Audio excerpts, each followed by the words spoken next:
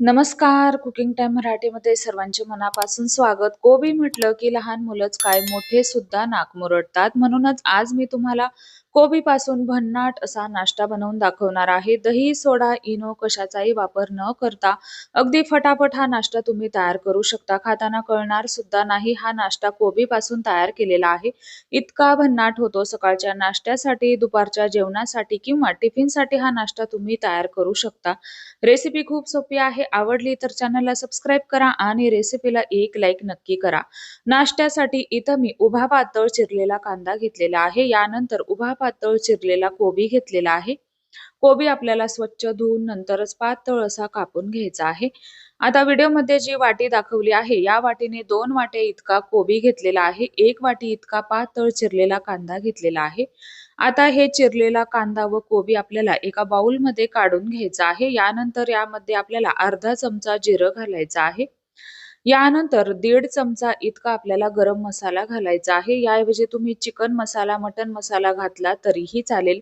अर्धा चमचा हळद घालायची आहे. यानंतर बारीक चिरलेली कढीपत्त्याची पानं घालायची आहेत. मुठभर आपल्याला बारीक चिरलेली कोथिंबीर घालायची आहे. आता इथं मी एक वाटण तयार करून घेतलेलं आहे. 5 ते 6 हिरव्या मिरच्या, 4 ते 5 लसणाच्या पाकळ्या, 1.5 ते 2 इंच आलं याचं वाटण तयार करून घेतलं. तयार केलेलं वाटण यामध्ये आपल्याला घालायचं आहे. हलकसं हे मिक्स करून घ्यायचं आहे. मिक्स करून घेतल्यानंतर यामध्ये चवीनुसार सर्वात शेवटी मीठ घालायचं आहे. मीठ घातल्यामुळे भाज्यांना व्यवस्थित असं पाणी सुटतं. हा नाश्ता तयार करताना तुम्ही तुमच्या आवडीच्या भाज्या वापरू शकता. जसं की गाजर वापरू शकता किंवा शिमला मिरची वापरू शकता. आवडीच्या तुम्ही यामध्ये भाज्या वापरू शकता. फक्त त्या पातळ अशा कापून घ्यायच्या आहेत. मीठ घातल्यानंतर मिक्स केलं, याला व्यवस्थित असं पाणी सुटलं. आता ज्या वाटीने मी सुरुवातीला व्हिडिओमध्ये तुम्हाला वाटी दाखवली, त्याच वाटीने आपल्याला सपाट वाटी भरून बेसन पीठ घ्यायचं आहे. हे बेसन पीठ मी हलक्या हाताने भरून घेतलेलं आहे व न चाळताच घेतलेलं आहे. ज्या वाटीने आपण बेसन पीठ घेतलं त्याच वाटीने आता यामध्ये आपल्याला पाव वाटी इतकंच पाणी घालायचं आहे. पाणी का घालायचं? हे आपल्याला व्यवस्थित असं मिक्स करता यावं यासाठी सुरुवातीला पाव वाटी इतकंच पाणी घातलं. हे चमच्याने आपल्याला मिक्स करून घ्यायचं आहे. जर का तुम्हाला चमच्याने व्यवस्थित मिक्स करता आलं नाही तर तुम्ही हे हाताने मिक्स करू शकता. सुरुवातीलाच खूप जास्त जर का पाणी घातलं तर हे मिश्रण खूप जास्त पातळ होईल. तर आता हे आपल्याला मध्यम घट्ट स्वरूपाचंच ठेवायचं आहे. या नाश्त्यामध्ये पाण्याचा वापर अतिशय कमी केलेला आहे.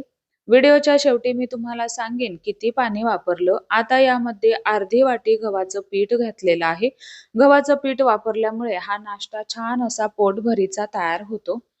जर का तुम्हाला गव्हाचं पीठ घालायचं नसेल तर याऐवजी तुम्ही तांदळाचं पीठ वापरलं तरीही चालेल किंवा तुम्ही इथं कॉर्नफ्लॉवरचा वापर केला तरीही चालेल. आता परत मी यामध्ये पाव वाटी इतकं पाणी घातलं. पाणी घातल्यानंतर हे आपल्याला व्यवस्थित असं मिक्स करून घ्यायचं आहे.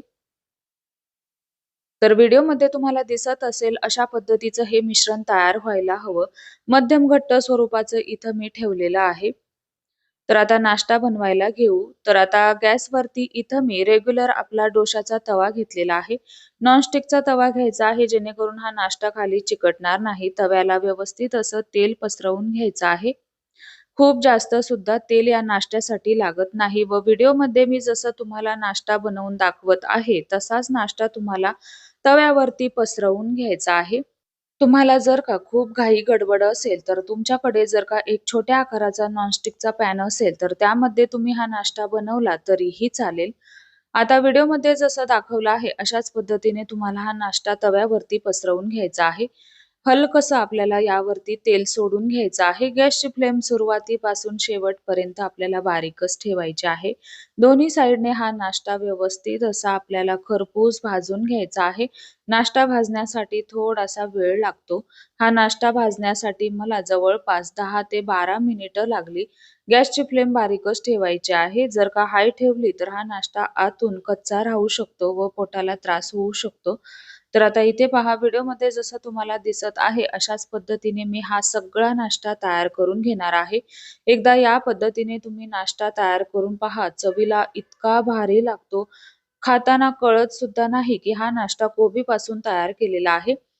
नाश्ता बनवण्यासाठी घेतलेल्या वाटीचं वजनी प्रमाण 200 ग्राम इतकं आहे. म्हणजेच घेतलेल्या प्रमाणामध्ये 3 ते 4 लोकांना आरामशीर पुरेल इतका हा नाश्ता तयार होतो. तुम्ही कुठलीही एक वाटी सेट करून घेऊ शकता व कमी जास्त प्रमाणात हा नाश्ता बनवू शकता. तयार केलेला नाश्ता तुम्ही हिरव्या चटणीसोबत किंवा टोमॅटो केचपसोबत खाऊ शकता. कशी वाटली रेसिपी? आवडली असेल तर लाईक, शेअर, सबस्क्राईब करा. धन्यवाद.